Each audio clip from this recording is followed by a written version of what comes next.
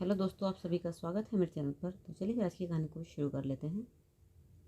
रविवार का दिन था जब दिल्ली के एक कोठे का दरवाज़ा शाम को 6 बजे आम मर्दों के लिए बंद कर दिया जाता है, क्योंकि कोठे के माहौल ही कुछ ऐसा होता है जिसको देखकर आप भी सोचने पर मजबूर हो जाते हैं कि आखिर कोठे पर काम करने वाली लड़कियां और वहाँ की मालकिन का जीवन कैसा हो जाता है। दोस्तों, एक सच्ची कहानी के माध्यम से जानते हैं कि आखिर उस रात कोठे पर चल क्या रहा था। लेकिन वीडियो में आगे बढ़ने से पहले आपसे रिक्वेस्ट है कि आप वीडियो को लाइक कर दीजिए ताकि मेरा हौसला बढ़ता रहे। तो चलिए कहानी को शुरू करते हैं। नई दिल्ली रेलवे स्टेशन से मात्र 500 मीटर की दूरी पर बहुत से कोठे हैं जहां पर हिंदुस्तान के हर कोने से, चाहे बिहार हो, बंगाल हो, कश्मीर हो, झारखंड हो, उत्तर प्रदेश, मध्य प्रदेश, यहाँ तक कि पड़ोसी देश नेपाल, बांग्लादेश से हज़ारों लड़कियाँ देह व्यापार का काम करती हैं और हज़ारों लोग वहाँ पर अपनी ज़रूरत को पूरा करने के लिए रोज़ आते जाते रहते हैं। और आज रात भी कुछ ऐसा ही हुआ। 25 साल लंबा, चौड़ा, गोरा चिट्टा एक लड़का कोठे पर आता है, कोठे के अंदर जाता है। इस कोठे पर एक से एक खूबसूरत लड़कियां ग्राहकों के इंतज़ार में खड़ी रहती हैं। वह लड़का कोने में सोफ़ा लगा होता है, उस पर जाकर बैठ जाता है। बहुत सी लड़कियां उसके आसपास आती हैं और कहती हैं, क्यों हैंडसम, बहुत खूबसूरत लग रहा है तू तो। कहता है, हाँ तू भी तो अच्छी लग रही है। तो वह कहती है, तो चल फिर अंदर। तो कहता है, इतनी भी अच्छी नहीं लग रही है। लड़कियां और आती हैं और इस तरह उसे लुभाकर चली जाती हैं, लेकिन वह चुपचाप सोफे पर बैठा रहता है। इतने में एक खूबसूरत लड़की उसके पास आती है। उसका नाम सपना होता है। आते ही अमरजीत, जो कि उस लड़के का नाम होता है, को देखकर बोलती है, आई लव यू। उसके जवाब में वह तुरंत बोलता है, आई लव यू टू। लेकिन कोठे पर आई लव यू और आई लव यू टू का कोई मतलब नहीं होता। उसके बाद वह लड़की उस सरदार से कहती है, सरदार जी क्या हाल है, क्या करने आए हो यहाँ, चलो अंदर आपको जन्नत दिखाते हैं। तो कहता है, नहीं मुझे यहीं पर बैठना है। और कहता है कि यहाँ पर पानी मिलता है। तो लड़की उसे पानी लाकर देती है। कहता है, क्या यहाँ पानी यही मिलता है, बिस्लरी का पानी नहीं मिलता? तो सपना कहती है कि अच्छा बिस्लरी का पानी पियोगे, रुको अभी मैडम तुमको रसगुल्ला भी देगी, तुम मैडम के दामाद लग रहे हो ना इसलिए। उसने ताना मारते हुए उसे कहा और बोतल देते हुए कहा कि ये मेरा पर्सनल बोतल है, मैं किसी को छूने भी नहीं देती हूँ। तू साफ़ सुथरा आदमी लग रहा है, इसलिए मैंने सोचा दे देती हूँ और तेरी प्यास बुझा दूँ। फिर अमरदीप पानी पी लेता है और सपना उसके बगल में सोफे पर बैठ जाती है। उसको उठाने का प्रयास करती है, उसको फोर्स करती है। तभी उस समय कोठे पर एक ग्राहक आता है जो कि पूरी तरह नशे में धुत रहता है और वह आते ही इधर उधर नज़र डालता है। शायद उसकी नज़र सपना को ही ढूंढ रही थी। और फिर वह देखता है कि सपना कोने में बैठी हुई है। उसको देखते ही चलने का इशारा करता है। तब सपना अमरदीप से बोलती है, चल रहा है कि जाऊं? वह कहता है, तो कोई दिक्कत नहीं, जा, मुझे नहीं जाना। सपना उस नशेड़ी आदमी के साथ अंदर चली जाती है, उसका एंटरटेन करती है। और जब अंदर चली जाती है तो इधर कुछ लड़कियां अमरदीप को देखकर मज़े लेती हैं। एक कहती है कि क्यों सरदार जी, पैसे नहीं हैं क्या? एक कहती है, अरे पैसे नहीं हैं तो उधार ही कर लेते हैं, जब कभी दोबारा आओ तो दे देना। और इसी तरह से वह उससे मजाक मस्ती और बातें करती रहती हैं। इस तरह आधा घंटा बीत जाता है और इतने में सपना भी अपने ग्राहक को निपटा कर आ जाती है और आकर अमरदीप के सामने खड़ी हो जाती है। वह उससे कहती है कि कैसा लगा? वह उससे कहता है कि कैसा लगा? तो बोलती है, मुझे कुछ फ़र्क नहीं पड़ता, तुम बताओ तुम्हें कैसा लगा? तो वह बोलता है, मुझे भी कुछ फ़र्क नहीं पड़ता। सपना फिर उसके पास बैठ जाती है, दोनों बातें करने लगते हैं और इसी तरह समय बीतता रहता है। सपना आने जाने वाले ग्राहकों के साथ अपना काम करती रहती है और आकर बार बार अमरदीप के पास आकर बैठ जाती है। रात के 9 बज जाते हैं और 9 बजने के बाद अमरदीप खड़ा हो जाता है और जाने के लिए कहता है। तो सपना कहती है, कहाँ जा रहे हो? तो कहता है, जा रहा हूँ, अपने घर जा रहा हूँ, और कहाँ जाऊँगा। सपना कहती है कि फिर यहाँ क्या करने आए थे? क्या कोठा देखने आए थे या लड़कियों को इस तरह से काम करते हुए देखने आए थे? तो अमरदीप कहता है, जो चाहे समझ लो, बस अब टाइम हो गया है तो घर जा रहा हूँ। अमरदीप अपनी जेब से 2000 निकालकर सपना को देता है। सपना बोलती है, यह पैसे किस बात के? तो कहता है, जो तुम्हारे साथ पूरा दिन समय बिताया और जो मैंने तुम्हारा यहाँ बैठकर टाइम ख़राब किया उसके लिए। सपना कहती है कि जब कोई काम ही नहीं हुआ तो पैसे किस बात के, हम बिना काम के पैसे नहीं लेते। और पैसे देने के लिए मना कर देती है। कहती है, जा, नहीं चाहिए तेरा पैसा। फिर अमरदीप जाने लगता है। तभी पीछे से सपना आवाज़ देती है और कहती है, पानी पिएगा? तो कहता है, हाँ पिला दो। तो उसको अपनी बोतल से फिर से वही पानी देती है और उसके बाद वह वहाँ से चला जाता है। और जब अमरदीप के जाने के बाद कोठे की मालकिन को मैडम माया को पता चलता है कि इस तरह से एक लड़का आया था और वह बिना काम के ही सपना को 2000 रुपये दे रहा था और सपना ने वह पैसे नहीं पकड़े, तो वह बहुत गुस्सा होती है। सपना को बहुत तेज़ डांटती है और एक दो थप्पड़ भी लगा देती है और कहती है, आइंदा किसी ऐसे ग्राहक से पैसे लेने से मना मत करना जो पैसे दे रहा हो। क्यों मना किया तुमने? क्या लगता है तुम्हारा? कौन था वह? इसके बाद सपना वहाँ से चली जाती है। मैडम माया उस लड़के का पता करने की बहुत कोशिश करती है, लेकिन कुछ भी नहीं पता चलता कि आखिर वह कौन था। अगले रविवार को फिर से अमरदीप इस कोठे पर आता है और उसी तरह जाकर सोफे पर बैठ जाता है। पूरे कोठे में उसको देखकर फिर से सारी लड़कियां उसके आसपास मंडराती है और कहती है, सरदार आया, सरदार आया। सपना भी यह सब सुनकर भागी भागी आती है, उसे देखकर खुश हो जाती है। उसका हाथ अपने हाथों में लेकर बोलती है, तू फिर से आ गया, मुझे तो लगा था तू नहीं आएगा, मैं फिर भी तेरा इंतज़ार कर रही थी। अमरदीप कहता है, अच्छा मेरा इंतज़ार कर रही थी? तो कहती है, हाँ मैं तेरा इंतज़ार कर रही थी। उसके पास सोफे पर बैठ जाती है। फिर से वही पूछती है कि पानी पिएगा? तो अमरदीप कहता है कि नहीं, आज मैं पानी नहीं पीऊँगा। तो कहती है, नहीं पानी तो पीना पड़ेगा। और फिर वह फिर से बोतल लाती है और एक मिठाई भी लाती है और वह पानी पी लेता है। सपना के लिए फिर से ग्राहक आता है और सपना उसके साथ अंदर चली जाती है। और फिर उस दिन की तरह 3-4 घंटे बीत जाते हैं। सपना अपने काम में लगी रहती है। कुछ देर बाद मैडम को पता चलता है कि वह लड़का आया है और फिर से वही हरकतें कर रहा है। मैडम माया को शक होता है कि कहीं कोई पुलिस वाला न तो नहीं है या किसी लड़की का आशिक या कोई रिश्तेदार तो नहीं है जो यहाँ कुछ इंक्वायरी करने के लिए आया है।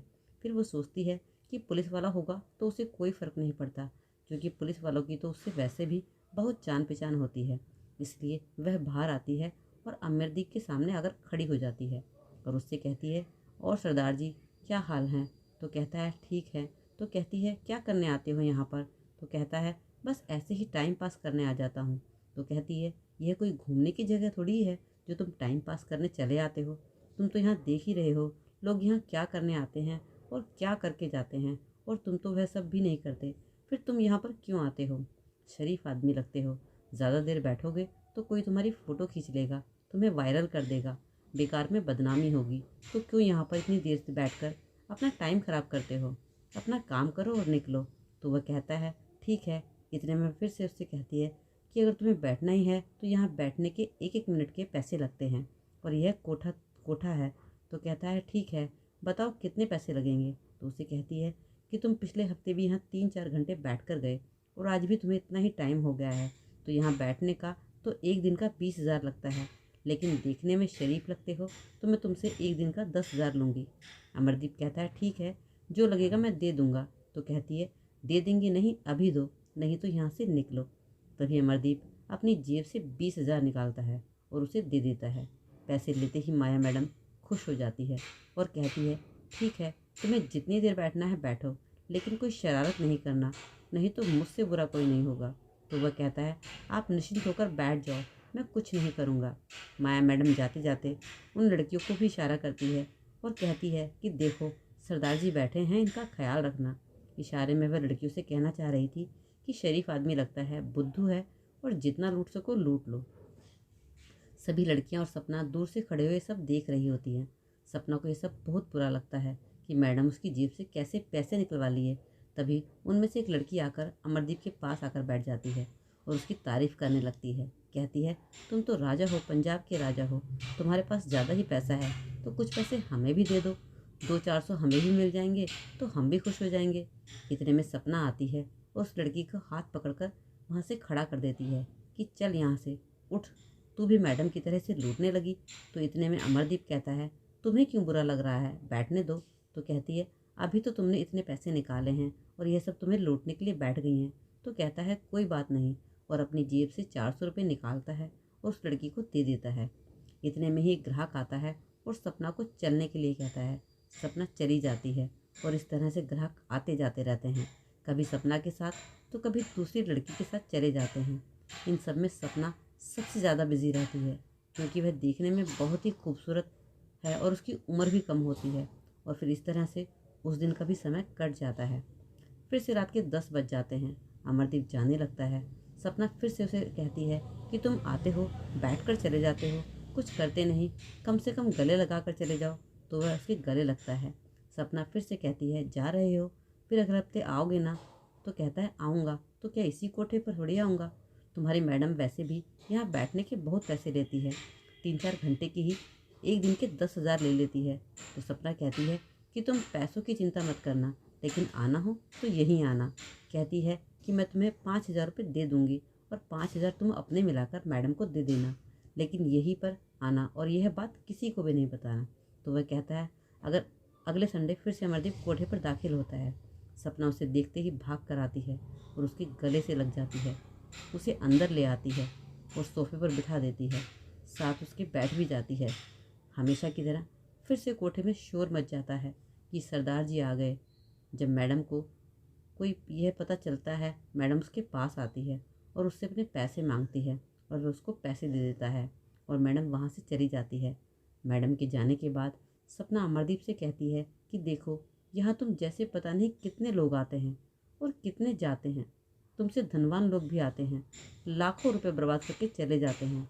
कुछ 1 मिनट रुकते हैं, कुछ महीनों तक आते जाते रहते हैं और उसके बाद यही मैडम उन्हें लूट कर धक्के मार कर बाहर निकाल देती है। इसलिए यहाँ मत आया करो, यहाँ से चले जाओ, तुम बर्बाद हो जाओगे। तो अमरदीप कहता है, मैं बर्बाद होना चाहता हूँ तो कर दो बर्बाद। सपना उसका हाथ खुशी से पकड़ती है और कहती है, तो फिर चलता क्यों नहीं? चल, हिम्मत नहीं है क्या? तो कहता है, बस बस रुक जा, शांत हो जा, मुझे नहीं जाना तेरे साथ अंदर। और फिर वह बैठ जाती है। अब यही सिलसिला हर संडे ऐसे ही चलता रहता है और ऐसे करते करते 1 साल भी हो जाता है। हमेशा की तरह अमरदीप हर संडे आता है। सपना उससे लिपट जाती है। वह 4-5 घंटा बैठता है और उसके बाद पैसे देकर निकल जाता है। और जब इस तरह 1 साल बीत जाता है तो मैडम माया को कुछ शक सा होता है कि आखिर यह इंसान कौन है और यहाँ आकर क्यों बैठता है और बैठने के लिए पैसे खर्च करता है। तब वह सोचती है इस इंसान की जानकारी निकाली जाए कि आखिर यह कौन है और इसके लिए वह अपने कोठे के 2 लोगों को इंक्वायरी करने के लिए लगा देती है। और महज 4 ही दिन के भीतर मैडम माया के जासूस अमरदीप की सारी हिस्ट्री निकालकर मैडम को बता देते हैं। वह कौन है, कहाँ रहता है, क्या करता है, सब मैडम माया को बता देते हैं। उसकी हिस्ट्री जानकर मैडम माया चौंक कर रह जाती है और हैरान हो जाती है, लेकिन वह ये बात किसी को नहीं बताती और अगले संडे का इंतज़ार करती है। लेकिन इत्तेफाक क्या होता है कि अगले संडे अमरदीप आता ही नहीं है और यहाँ सपना उसके लिए बहुत परेशान हो जाती है और लड़कियों से पूछती है आखिर क्या हुआ होगा, वह क्यों नहीं आया। और लड़कियाँ उससे कहती हैं, अरे हुआ क्या होगा, पैसे ख़त्म हो गए होंगे, तू इतनी टेंशन क्यों लेती है? अगर तू ऐसे टेंशन लेगी और मैडम को पता चल गया तो तेरा जीना हराम कर देगी। अब इस तरह दूसरा संडे भी आ जाता है, लेकिन अमरदीप उस संडे को भी नहीं आता। अब सपना के साथ बाकी लड़कियां भी कुछ परेशान रहती हैं। मैडम को भी हैरानी होती है कि आखिर उसने एकदम से आना क्यों बंद कर दिया।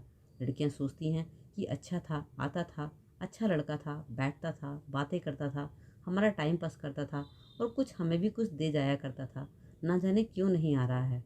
और जब तीसरे संडे भी अमरदीप नहीं आता तो सपना बहुत ज़्यादा परेशान हो जाती है और अपने एक ग्राहक को एंटरटेन करने के बाद उससे कहती है कि क्या तुम मेरा एक काम कर सकते हो? तो वह कहता है हाँ। तो वह उस ग्राहक को कुछ पैसे देती है और कहती है कि साथ में जो मंदिर है उस मंदिर के पुजारी को ये पैसे दे देना और बोल देना कि मेरी तरफ से चुनी नारियल चढ़ा देना।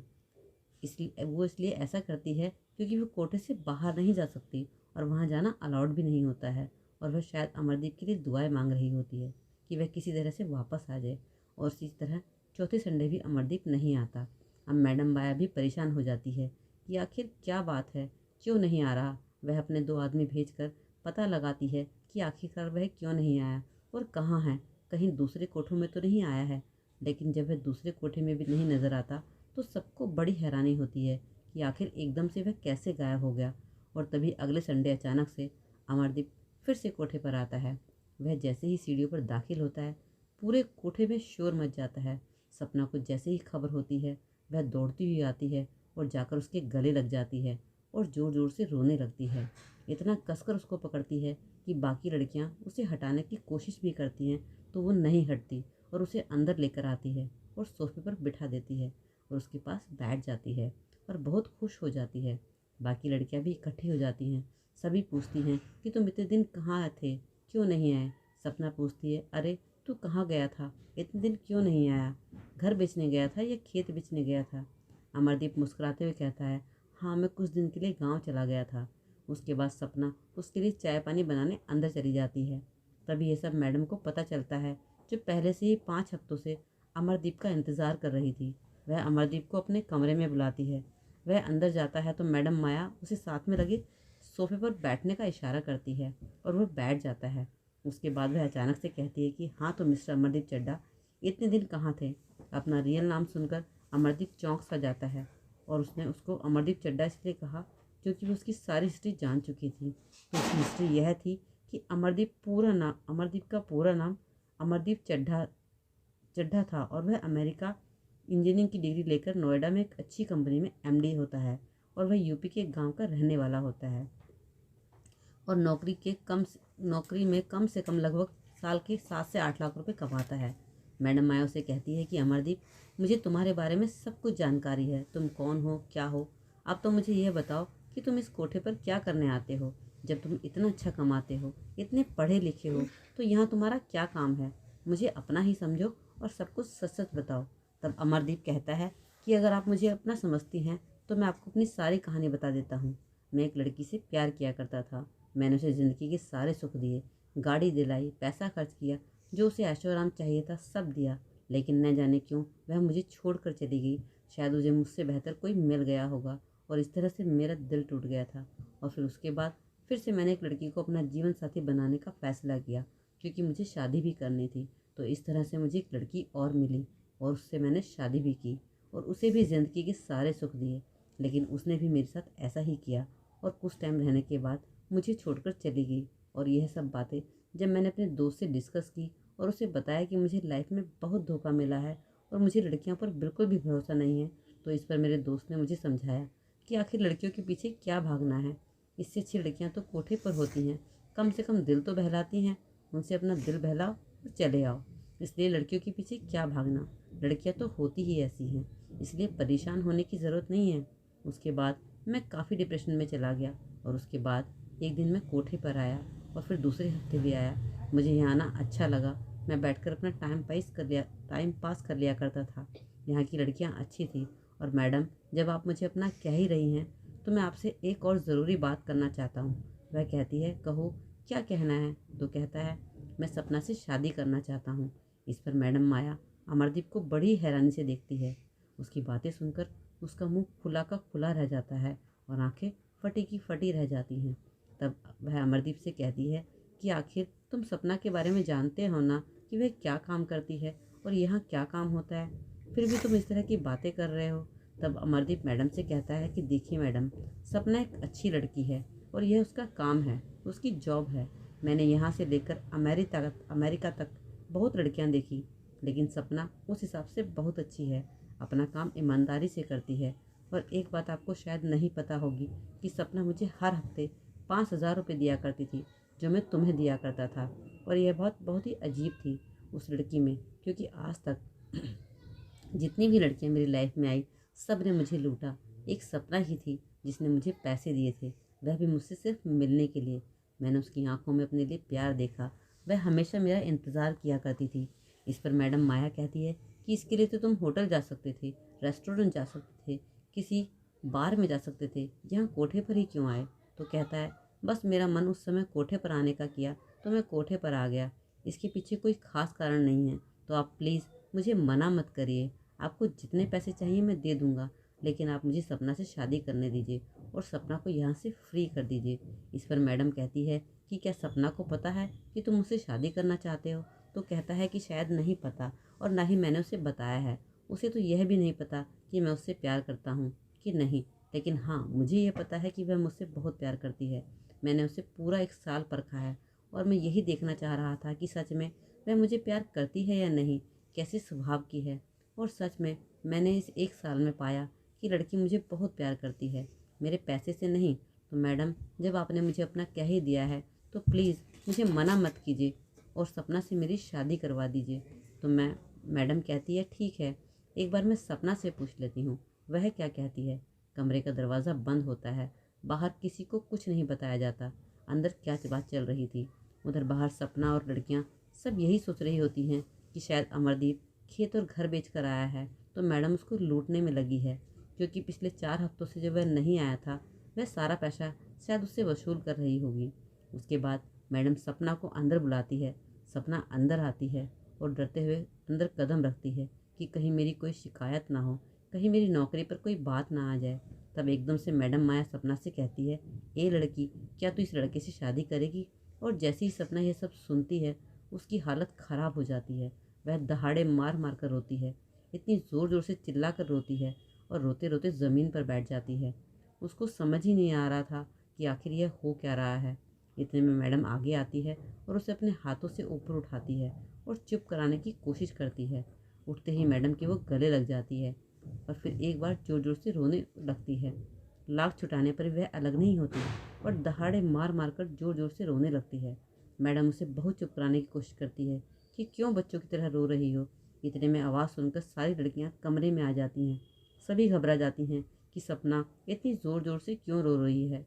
तब मैडम माया कहती है, यह लड़का इससे शादी करना चाहता है और इसलिए इतना रो रही है। यह सब सारी बातें सुनकर सभी लड़कियां हैरान हो जाती हैं और वह भी सपना की हालत देखकर रोने लगती हैं। तब मैडम लड़की से कहती है कि दरवाज़ा बंद कर दो, मैं नहीं चाहती सब बातें बाहर जाएं और यहाँ का माहौल ख़राब हो। शाम के 6 बज जाते हैं। कोठे का गेट बंद करवा दिया जाता है। उसके बाद मैडम सपना को लेकर बैठे अमरदीप के पास जाती है और उससे कहती है, यह लो तुम्हारी सपना, कर लो शादी। सपना का हाथ अमरदीप के हाथों में दे देती है। एक बार सपना फिर से अमरदीप के गले लगकर ज़ोर ज़ोर से रोने लगती है। तब अमरदीप कहता है, अरे रो क्यों रही है, चुप हो जा सपना। सपना बोलती है, मुझे विश्वास नहीं हो रहा। तो कहता है, तेरी कसम, मैं झूठ नहीं बोल रहा हूँ, मैं तुझसे शादी करना चाहता हूँ। एक बार फिर से सपना उसके गले लगकर रोने लगती है। इस तरह आधा घंटा हो जाता है। सभी लड़कियां और मैडम माया की आंखें नम हो जाती हैं।